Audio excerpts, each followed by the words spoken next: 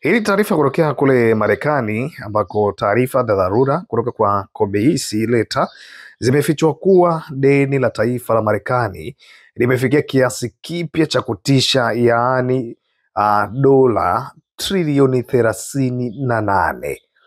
Kasi ya deni hili la Marekani kuongezeka inatia wasiwasi mkubwa sana. Ripoti hiyo ilikuwa inaeleza kuwa ongezeko ndani ya mwezi mmoja pekee, deni hili liliongezeka kwa zaidi ya dola bilioni 500. Lakini kila siku hii inamaanisha kwamba deni la taifa linaongezeka kwa wastani wa dola bilioni 23 kwa kila siku moja. Lakini deni la taifa ni jumla ya fedha ambazo serikali kuu ya Marekani inawiwa, ikijumuisha deni linaloshikiliwa na umma na lile linaloshikiliwa na wakala na mifuko ya serikali yenyewe.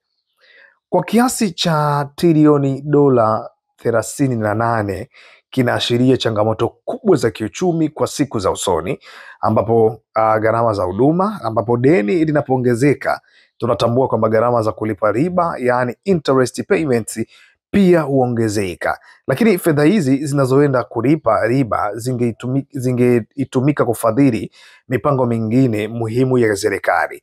Lakini kingine ambacho kitaenda kuathiri zaidi ni shinikizo la kisiasa.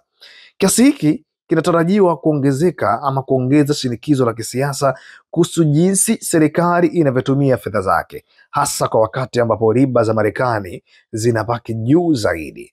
Wawekezaji na wachambuzi wa uchumi wanatazama kwa karibu ni jinsi gani Marekani itaendelea kugharamia matumizi yake, huku mzigo wa deni ukiendelea kuongezeka kwa kasi isiyokuwa ya kawaida.